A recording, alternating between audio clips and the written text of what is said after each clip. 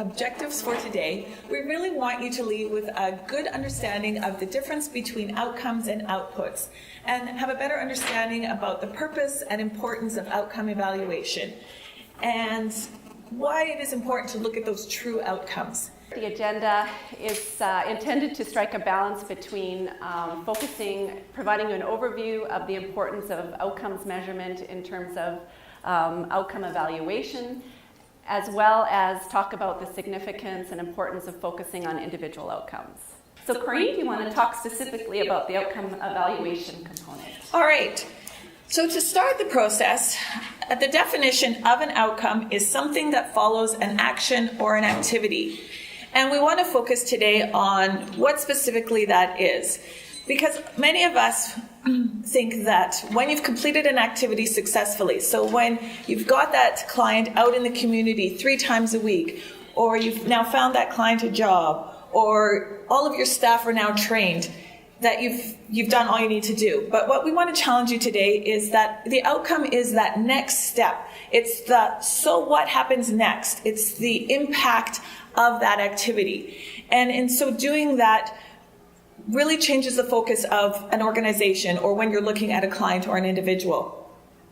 When you look at the evaluation component, it is finding the worth or the value in something. So whether it's the activity that you're doing with that individual or client, or whether it's the staffing components that you're looking at, such as staff training, it's finding that value or worth and the why you want to do something. So it's looking at the activities you're doing, and the outcome is those community connections you're building, those natural supports you're having.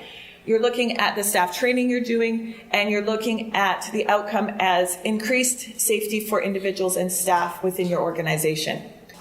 So as far as the feel out there, what are some outcomes that you are familiar with within your organization? Having a job for other individuals. Okay, so finding jobs. Okay. So would that be the outcome that you want for the individual, or what would be that next step? If you're looking at finding the job, what would be that so what happens next, the impact? Why is it necessary to find a job for an individual? Well, I just found an individual job, so now what we want to do is get a budgeting, some kind of budgeting course for her, so that she can learn how to budget her money properly, or save it. That would be what comes next after a job. Yeah, exactly. So one of the impacts could be money management or budgeting. Why are you getting that job? Absolutely, it's that self-reliance. We've heard a lot from the employment workshops here, employment first workshops around it's an expectation to have a job. But again, you want to look at that outcome, that next step, the self-reliance, that budgeting, money management, inclusion into the community. So what is outcome evaluation? Well, it measures the effectiveness of the activity you're doing. So whether that's the activity with the client, whether that it's the activity of the staff that you're working with, it measures that effectiveness, and it compares the before and the after. So you're looking at the situation before, and then you're looking at the situation after, and you're looking at the improvement that has happened along the way. Ideally, the improvement. Sometimes it does take you into the unexpected or to the unanticipated, but ideally we want to look for those improvements as to why we're focusing on that outcome and that desired impact. So outcome evaluation helps determine what outcomes a program helps achieve, how much change occurs in the individual as a result of participating in the program, and the extent to which the change can be attributed to the program activities. So it's a very complex concept here, and we're trying to boil it down to something that is going to be workable for the frontline staff as well as for management here. But one of the things that I want to focus on in this statement is around timelines, or having a regular review of your outcomes to make sure you're on track. Organizations or people, staff, management can have a great idea of where they are going and where they think they want to go, but it's important to have a regular review of that so that you can, as a double check to make sure that you are going the direction you want to go and that it is making a benefit and that impact is there for those individuals or for the staff. And regular reviewing and assessing that relationship and looking again at that before and after is just vital for the success of ensuring that you are meeting true outcomes for individuals. What is the purpose of outcome evaluation? Why do we even want to focus on outcomes? Anybody? To see the results. Yes, we want to look at the results. So once we're setting those goals and objectives, what is that bigger picture? We want to look at the results. So in essence, we're looking at quality improvement. The reason we're looking at outcomes, the reason we focus on outcome evaluation is for that quality improvement. And the great thing about outcome evaluation is that any level of the organization can get involved, whether it's the clients and their guardians, family members, different stakeholders, whether it's staff, whether it's management, leadership, the board, any level of the organization can get involved and should get involved in outcome evaluation and measuring outcomes as it pertains to them at their specific level. So the big picture, absolutely, CEOs, board members have to look at that big picture and how outcome evaluation and outcomes look to meet their contract and all those kinds of things. Whereas a frontline staff or guardian or a client is going to look at outcomes at a very basic level, but it is important. And it's important to gather all that feedback and use all of that as part of the data collection model. And I'm sure all of you have data collection, are well familiar with the data collection process. So I want to take a little bit and talk about why data collection is important. So what are some reasons you might think that data collection is important? Okay, you can see if there's results or not. Yeah, exactly. You want to see whether the results and whether you're getting the results you had anticipated. See where you can improve. Okay, yeah, exactly. See where you can improve. And to see the change in the individual.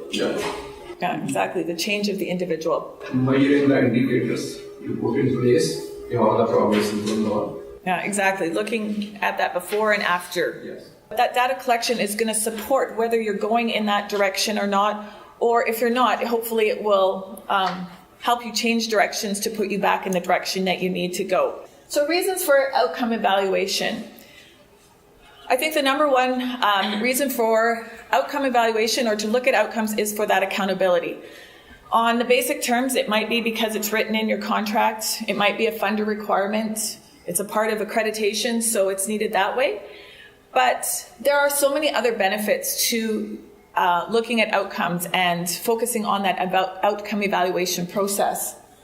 It really helps in management's decision making. Again, to have that information, to have the data collection, to have feedback from all levels of the organization, to focus on that decision making. We have a couple of other reasons why for outcome evaluation, and these are collected from organizations that have really bought into that outcome evaluation process. So they're not just doing it because it's a requirement, but they have seen benefits in recruitment and retention, being able to develop new partnerships within the community, individuals getting jobs at key places, accessing generic services within your community. So those are some real benefits to following through with outcome evaluation. Does anybody else have any other reasons why it might be a benefit to focus on outcome evaluation? I think it's important psychologically in our industry because there's many times we deal with a lot of difficult negative stuff and you get hit with this is not good enough or that's not working or crisis issues or what have you. And you have to have a balanced scorecard to overshadow that to say look at all the good stuff. And that then in turn motivates or creates even more good opportunities. Yeah. And that's huge. Yeah, absolutely. So looking at that bigger picture and not getting caught up in the small day-to-day activities that might derail you or turn you in a different direction, but focusing on those outcomes, that big picture of where you want to go and how you are going to get there, it's definitely going to help with that. So why do you need to know what an outcome is? Again, like I mentioned at the beginning, we want to challenge all of you to focus on that bigger picture. So when you go back to your organizations and you're completing these activities with the individuals and you're ensuring your staff are trained and you're looking at your strategic plan, that you're constantly looking at what is that end result? What is that big picture? Answering the question, why are we doing this? What is the impact? So what? 100% of our staff are trained. What does that mean? And basically what we want to look at is what is moving our organization forward to continually providing that quality of service to the clients we serve and that we support and that receive our service, because that is really what we're all here to do. So again, it's going back to those individuals and why we do what we do. So I just want to move for a couple minutes to talk about a logic model. Now, how many of you work with logic models within your organization? Excellent. Basically, a logic model is a way to communicate the plan to meet your outcomes. It helps you focus on that big picture and making sure everything is in alignment. Now, there's a lot of different models. This one is just one that I picked, but there's a lot of different models out there. And what I would like to challenge you is, no matter which model you use, you focus on the outcome first. You identify the outcome, because that is going to ensure that the resources, the inputs, the activities you do, the stuff that you have control over is going to be used in the best way possible to meet those outcomes. If you start with the activities and resources first to come up with the outcome, you may not end up where you really want to go, and you may not be using your resources to the best possible way that you can. So again, it helps by identifying the outcome first. It helps you focus on the big picture, and it helps you to stay on track. In terms of the logic model, meaning following this chain of if-then statements, I just found this really good quote that I just wanted to share. If we have identified resources, then we can do the required activities. If we do the required activities, then the outputs listed will occur. If the listed outputs occur, then the outcomes listed for the individuals will happen. So you can just see how it flows to get to that end result of those individuals and meeting those needs and ensuring, again, the best quality of service for the individuals we support. So this next slide just defines briefly the different components of a logic model. So again, as I mentioned, you have the planned work, which is the resources or inputs and the activities, and hopefully that can lead to the intended results in the directions that you want to go. Now, sometimes there'll be unanticipated results or outcomes. There might be negative outcomes, but again, hopefully this will flow and again, keep you focused on that true outcome. So what is the difference between outputs and outcomes then? I think that's the key of what we need to spend a little time discussing here. Outputs are linked directly back to the activity that you do. So the activity is going out in the community and finding an individual a job. The output is finding that you have found that individual job. He works at Home Depot stocking shelves. The outcome is the steps that move towards that impact. So when you look at outcomes and outputs, outcomes are the difference made by the output. So you look at the output. So that individual found a job at Home Depot. What is the personal significance to that individual? And that is your outcome. If you look at staff are trained 100%, and then look at the significance to that program or service, that is your outcome.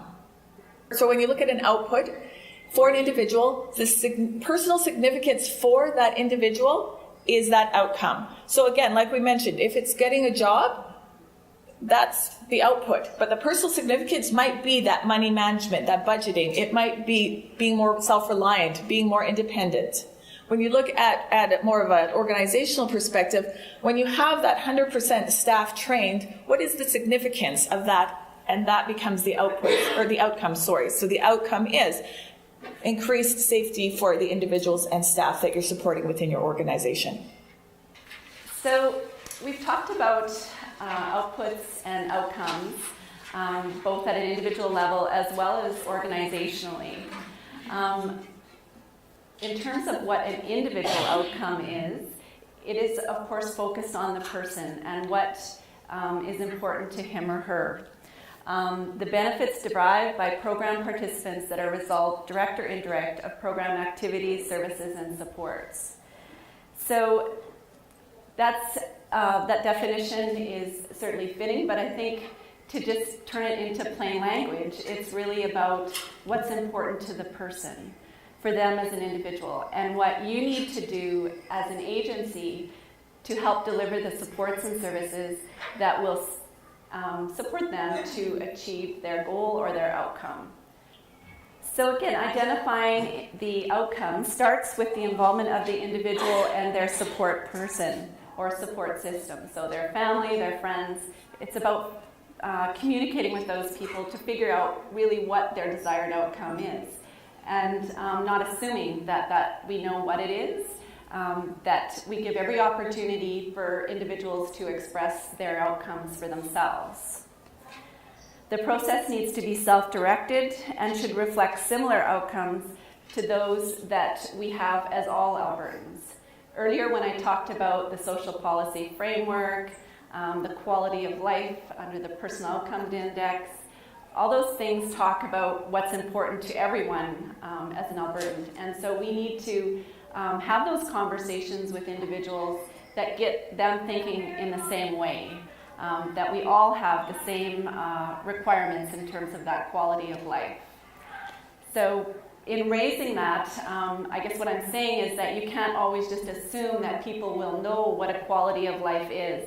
That sometimes you need to have those conversations and you need to talk about and give examples of what a person's life can be and what their goals and dreams can be as well. Why do we care? So why the significance on outcomes versus outputs? Again, similar to what Corinne was saying, that the change focuses from how to get it done to why we need to do it. And so in identifying an individual's outcomes, you first are, and if you start with that process, then you need to work to figure out what is the most efficient, effective way of getting to that outcome. Working together with your colleagues in your agency, with the individual, their family, to identify what those support strategies are going to be. So how do we focus on the whole person and the individual's quality of life? The concept is looking at, or we need to look at, again, those 8 quality of life domains: the personal development, self-determination, interpersonal relations, social inclusion, rights, emotional well-being, physical well-being, and material well-being. So what is the importance of knowing? So on this journey to exploring what an individual's outcomes are is, again, as I mentioned, starting with a conversation with the person in determining what that outcome is going to be for them, what it is, so that you have a sense of where you need to go. So it's not about starting with the programs that you have within your agency or the services that you provide. You first start with the outcome and what's important with the person, and then talk about how those supports and services are going to assist them in achieving their outcome. And if we start with the outcome and then look at identifying the supports and strategies that will assist a person to achieve their outcome, that's the strategy part, right? That's the, when we talk about individual support planning, about identifying outcomes and support strategies, talking about what's important to a person and for a person in terms of their goals and their needs. That's the strategy part. But again, it starts with knowing what the outcome is. Because if you don't know what the outcomes is, you can provide all the programs and services that you want, but there's no guarantee, there's nothing to help you in determining that those services and strategies, support strategies, are successful. So starting with the outcome, looking at the strategy section, and then moving to the impact. That's where we see the greatest impact and the real difference for individuals, is looking at, have the supports that they have been receiving, have they achieved and accomplished the impact and made the difference in their lives that they're wanting to. Outcomes-based service delivery uses the needs and goals as the foundation for designing services and programs. So sometimes I know I've heard from agencies and families that there are often challenges in figuring that out. It doesn't come easy in terms of figuring out what the long-term goal, the vision is for an individual. And so I know when you're thinking about it, individuals and families sometimes just need to be given that opportunity to have that conversation. And doing transition planning for individuals, youth that are coming into adulthood or turning 18, that's a good example of, and a good opportunity to have those conversations with families and with individuals. What is their dream? What is their aspiration in life? Because that's really where you can go to in terms of figuring out the supports and strategies that you're going to provide someone to achieve their goals. Does that make sense? Are there any questions? People who are individuals who are nonverbal, so then you just rely on the family's desires. Mm-hmm. And those are important.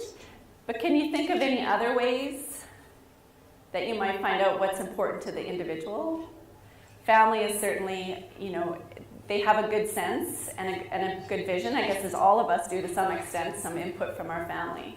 But I think what I'm saying is that sometimes it takes time to get to know the person and to get to know. And those indicators of what makes them happy may not be, of course, they can't communicate that verbally. But again, we have those there, quality of life indicators that we all, rely on, or that we all use as a determinant of quality of life. So you can always, kind of lay that on to at least start the conversation. For example, what opportunities in this person's life do they have for self-determination? What are, how are their rights being respected? How are they able to express some self-control? Those are all relevant, and it doesn't matter who you are or what your level of disability is. So it isn't going to provide you all the answers, but I think it provides you a framework to at least start the conversation by looking at those, and we're using the quality of life framework and those 8 domains, but drilling down into those to see, well, what are the indicators of a quality of life for people in each of those areas? And so the person may not be able to communicate for themselves, but as either their family, as you as a support person, and other person who are involved in their lives, you can begin to ask yourself those questions. What is the extent of control that this person has over their day-to-day life? And how can I make it better? And I mean, that's where you have the opportunity to look at, in this era, every day there's more and more technologies, innovations coming out, and it's incumbent on us as service providers and funders that we are doing what we can to ensure that we're using that information to make people's lives quality, and it's there. It's just that it's hard work, and it's digging, and it's not just a simple questionnaire that you ask people or a one-shot planning session. It's sort of a lifelong journey, and it's, I guess, working together as a team to figure those pieces out. Because I'm not saying it's easy, but I'm saying we do have those there overarching, whether it's the social policy framework vision that says all Albertans will have this, or the quality of life indicators, there are pieces there that we have to work with, and then we just build on that. And I think, too, it is sometimes you have to start with some assumptions, too. And I think that that's important as well, to build on and spend some time doing that, the data collection, or, this is the outcome we want, and you may not know how to get there. So you might have to develop a few different activities, a few different outputs, and see where it goes over time. So it might be not something that's just an initial meeting that you have and you're done. Mm-hmm. It's going to be that regular review again, and going back to the outcome. Okay, this is what we want. Okay, this didn't get us there, so now let's try a different avenue or a different activity. And I think as you're trying those strategies out, that you're keeping in mind, and even for individuals who are have a lot of needs, we still want to see are these things promoting their independence, their respectful of their rights, all of those pieces. Mm-hmm. So outcome-based evaluation is a systematic way to assess the extent to which a program has achieved its intended results. How has my program made a difference? How are the lives of the program participants better as a result of my program? And how are the lives of the program participants better as a result of my day-to-day work? Our scenario for today is about a young man named Adam. Adam is a young man who just celebrated his 18th birthday. He will be finished high school in June. Adam enjoys working with people and would like a job in his community. He is particularly interested in emergency services. He has lived next to a fire station and often watches as people come and go, particularly when there is an emergency call or there's a lot of activity going on.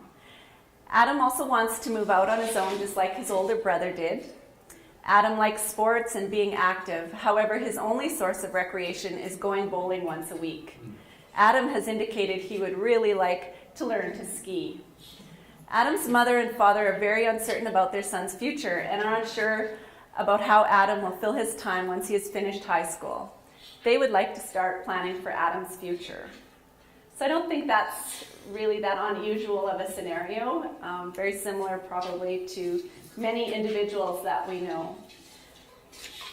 Corrine and I sort of took the liberty of putting together an outcome that we would assume for this person. We said that Adam's outcome was emotional well-being would be an area that he would like to work on, and that Adam would be a valued contributing member of his community. So one of the goals that were identified to support Adam to achieve that outcome was that Adam will become a volunteer firefighter at the local fire station. Some of the inputs that we would look at in terms of how what resources would be needed to achieve that goal would be staff time and potentially some equipment of some type.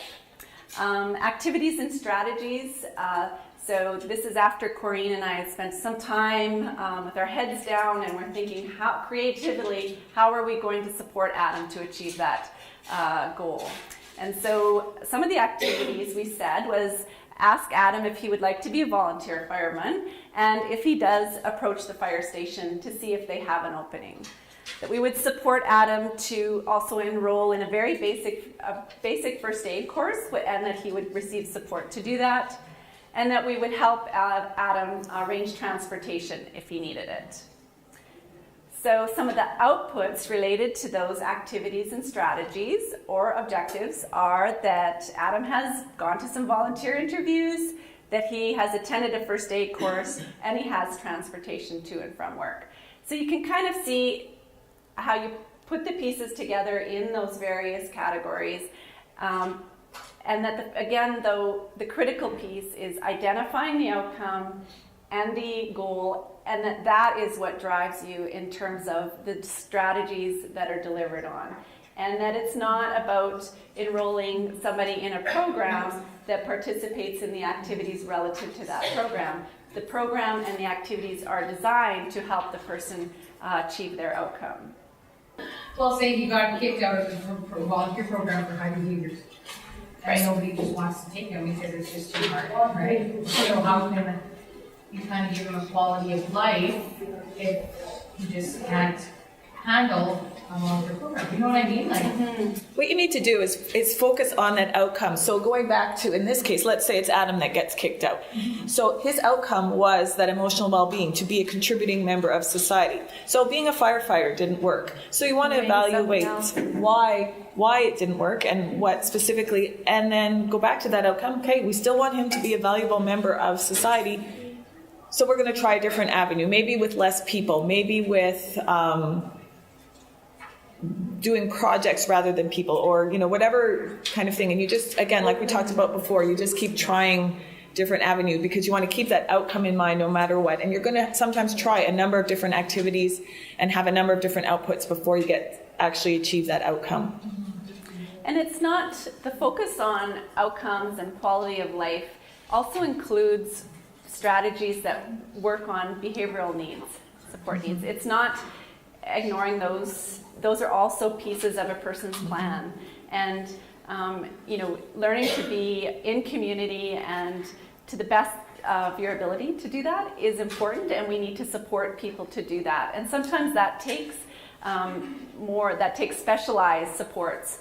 So when we talk about the support strategies and the team, like if you can, communicate with your colleagues and brainstorm what is the best way to support this person to achieve their outcome, keeping in mind all of these factors, resources that you may need to draw on.